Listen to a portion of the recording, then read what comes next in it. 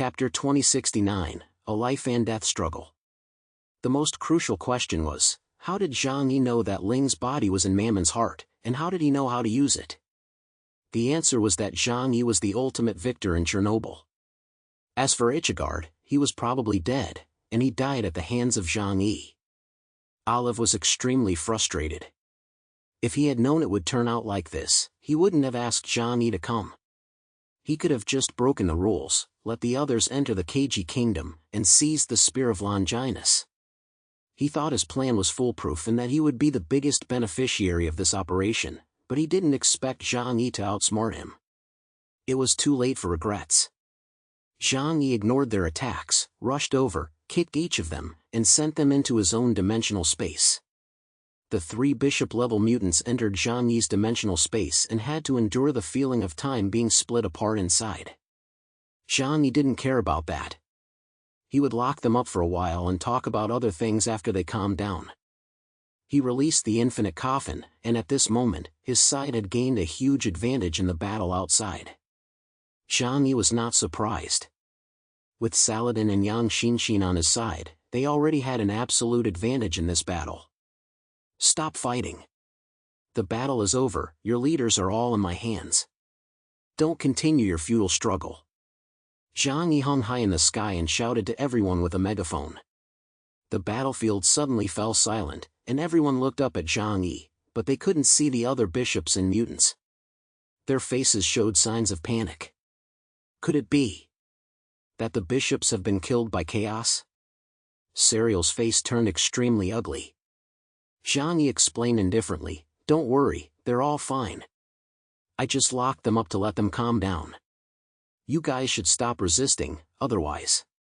His voice stopped there, but his sharp eyes swept across the battlefield, instantly sending a chill down everyone's spine. If Zhang Yi wanted to kill any one of them, it would be no more difficult than killing an ant. You! Middelin, the angel of the sun, and Serial, the angel of the moon, retreated to their headquarters. Middelin looked up to plead with Zhang Yi, but after thinking for a moment, he changed his mind and said, "Your Excellency Chaos, your strength is admirable. Although there are some misunderstandings between us, we are all fighting for the future of humanity, so the internal competition is benign. Please don't hurt my bishop." Zhang Yi said indifferently, "They can be spared from death, but they cannot escape punishment. They should have thought about the consequences when they surrounded me." Zhang Yi flew to Yang Xinshin's side and waved to his comrades to retreat.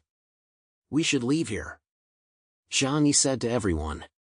Saladin came to Zhang Yi and looked at him with a very complicated expression. Admiration was one thing, but he was even more confused. In just over a month, Zhang Yi's strength had grown to such an astonishing level. 1 against 3? 3 bishop-level mutants, 2 of whom even had the fighting power of a black bishop. But looking at Zhang Yi, he had one without a scratch. Such strength was terrifying. It was also a pleasant surprise. In that case, compared to the Eastern Orthodox Church, which is in conflict with chaos, our pupil organization will become closer to him. This is a good thing. Saladin was somewhat relieved that he had chosen the right side at that time.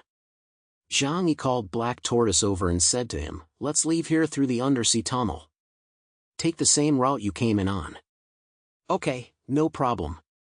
Black Tortoise flapped his flippers and now looked somewhat obsequious as he faced Zhang Yi. Zhang Yi immediately took everyone with him and prepared to leave. "Wait, Your Excellency Chaos. Before you leave, aren't you going to release our leader?" Asgard's Hela hurriedly shouted. They were still here. Zhang Yi had taken a few bishops with him, so how were they supposed to leave? Zhang Yi said, "Don't worry, I still have something to discuss with them." After saying that, he ignored the others' attempts to stop him and directly told Black Tortoise to head to the Undersea tunnel. Will they be okay if they stay there? Uncle Yu looked back and felt a little uneasy. Although the 2 sides had been enemies before, they had always acted with restraint when fighting, as it was only a dispute over interests, and no one had ever tried to kill the other. He was worried that these people would be unable to leave the sealed area and would be trapped there. Let them stay here for a while. Mammon has been completely sealed, and the Lord of the Netherworld has disappeared. There will be no danger here. Even if they stay here for 10 days or half a month, a group of high-level mutants won't die. Let them stay here and reflect on their actions. Uncle Yu nodded, thinking that this made a lot of sense. From the dry sea area where the weak water abyss was located, there was a special passage connecting to the deeper underground ocean. The sea water from Guishu would flow into the sealed area from here. Black Tortoise said to Zhang Yi, "We need to go to the Deep Blue Kingdom first, then return to the seaport of the Huashu Kingdom." Deep Blue Kingdom. Zhang Yi silently repeated the name. He never imagined that there was another race of sixth-generation humans living deep beneath the sea. They had a common ancestor, but a long time ago, a branch was sent to develop under the sea and became the Merfolk clan. Looking at it this way, creatures such as whales were probably an intermediate stage in the evolution of land creatures into sea creatures. Zhang Yi felt that he had to go over and say hello. If it weren't for the people of the Deep Blue Kingdom coming to help, they would have had a very difficult time facing the threats of the Wulwan Empire and Atlantis on their own.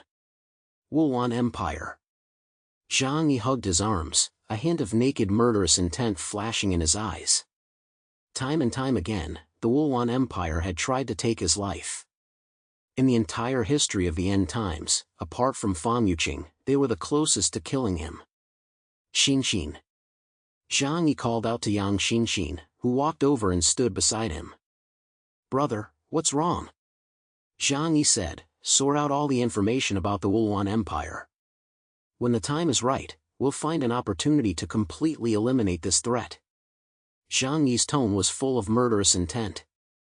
He was really angry. He had survived the crisis once or twice, but who could guarantee that there wouldn't be a third time? No. It was inevitable that there would be a third time. This was because the people of the Wulwan Empire believed that Zhang Yi had obtained the inheritance of the Yihan tribe. A fight to the death, is that it? Then you will all die. Zhang Yi said coldly.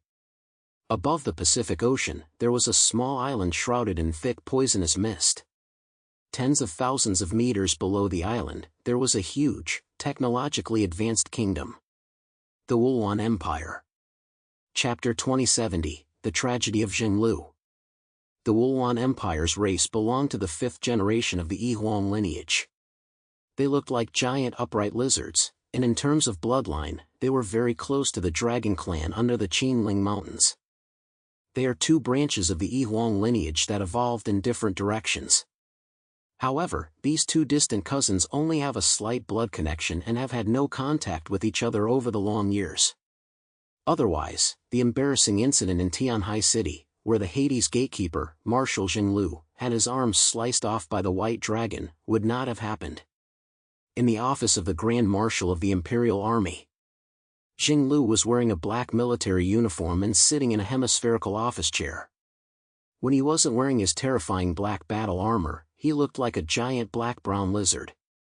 He was taller and more muscular than the average Wulwan clan member, and his head was similar to that of a human, except for a few short brown protrusions. As a member of the imperial family and the strongest man in the empire in charge of the military, he was one of the most powerful people in the empire today. Even the emperor of the Wulwan Empire respected him greatly. However, as a guardian deity, Jinglu never interfered in the internal affairs of the empire. He was very clear about his position and understood that his life's work was in military affairs. After the outbreak of the apocalypse, he became more active because he had to constantly assess the situation outside. Hunting weaker races made the Wulwan clan stronger, preparing to seize land when the day of the fall arrived. Then, they had to be constantly wary of more powerful races that might attack them. This was not a comfortable position to be in. Especially after the previous invasion campaign, when he personally led a third of the Empire's warriors to attack the territory of the sixth generation of humans and suffered a heavy defeat, which caused his prestige in the Empire to waver slightly. Did Jinglu hate White Dragon? To be honest, he did hate him a little, but not much. If the two were close in strength, he would have held a grudge and tried everything to avenge himself. However, when he realized that the gap between him and White Dragon was huge and difficult to bridge in a short period of time, this hatred with no outlet was naturally transferred to someone else. The humans of the Huashu Kingdom. That's right, a country of that weak race was the best target for him to transfer his hatred to. Jinglu hated the Huashu Kingdom, and the entire Wulwan Empire followed suit, shifting its sentiment toward hatred for the Huashu Kingdom. They seemed to deliberately ignore the existence of the Dragon Clan in the Qinling Mountains, and were convinced, deceiving themselves, that all the humiliation suffered by the Wulwan Empire was caused by the humans of the Huashu Kingdom. Among these people, the few who had performed most outstandingly in Tianhai City that day became the ones Jinglu wanted to kill. Hotu, Chaos, and Gochin were all on his kill list. That was why, after receiving suspicious information, Jinglu immediately sent his own son Pocong to lead 6 silver armor generals and an outstanding assassin named Kongda to intercept and kill Zhang Yi. This was Pocong's second time leaving the Wulwan Empire on a mission since the end of the world. The first time was at Tianyu Palace of the Yihen tribe. Although the mission ultimately failed, they obtained a large amount of information, so it was still satisfactory. This time, Jinglu, as his father, personally arranged a group of skilled men to ensure that Pocong would complete the mission successfully. In his opinion, the preparations for this mission were extremely thorough. During the Battle of Tianhai City, the 6th-generation human male named Chaos was only at the Black Chariot level. Even though some time had passed since that battle, no matter how much his strength had improved, he would never be able to defeat Pocong, who had an ability index of 42,000. Pocong had an absolute advantage in strength, and he had also figured out Chaos's ability weaknesses and practiced specifically to counter them. With the right time, place, and people, everything was on their side, so Jinglu believed that there would be no suspense this time. Pocong would definitely complete the mission and return with the heads of Chaos and the others. At that time, he would have someone throw the heads of these 6th-generation humans into their capital, Xinjiang, to let them know the consequences of offending the Wulwan clan. Jinglu flipped through the information in front of him. According to the intelligence, the Zhanyuan tribe's activities had almost disappeared. The king of the Zhanyuan tribe was nowhere to be found, and the second-in-command of the Zhanyuan tribe, Loridek, who was demon god Jia, was still waiting on the ice field for the king's return. The Zhanyuan tribe had not been completely destroyed. They still had a huge population underground. Although those semi-mechanized creatures could end their own lives at any time, the super-advanced weapons they left behind were still a force to be reckoned with. Not too far away, in the country of Neon, the Transformer rats began to reveal their existence. After supporting some of the Neon people, they failed, so they simply emerged from the depths of the earth and directly participated in the battle for the Sky Palace. After failing to support some of the Neon people, they simply emerged from the depths of the earth. They directly participated in the battle for Tianyu Palace. The Transformer rats and the Dragon Clan of Qinling Mountain are currently the closest underground races to them. They must be guarded against. Marshal Jinglu was carefully reviewing the information. Suddenly, his heart began to beat violently, and the blood flowing to his heart seemed to stagnate, causing his heart to ache from the lack of blood supply. Jinglu clutched the corner of the table with one hand and covered his heart with his right hand. What's going on? Why does my heart hurt so much? There shouldn't be anything wrong with my body. It hurts so much. Jinglu lay on the table, enduring the pain so much that he couldn't even speak. It took nearly a minute for the pain to slowly disappear. He slowly got up from the table, his head covered in sweat. What's going on? Jinglu found it incomprehensible. His body was full of vitality.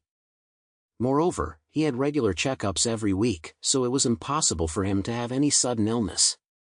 What was this pain? Jinglu sat in his chair and suddenly felt a sense of restlessness filling his heart, as if something bad had happened. He stood up from the chair, put his hands behind his back, and paced back and forth in front of the huge window. Suddenly, the smart device on his wrist beeped urgently, and a blue light flashed continuously. Seeing this, Jinglu's eyes widened. The smart device on Pocong's body was connected to his, so once Pocong encountered danger, it would automatically alert him.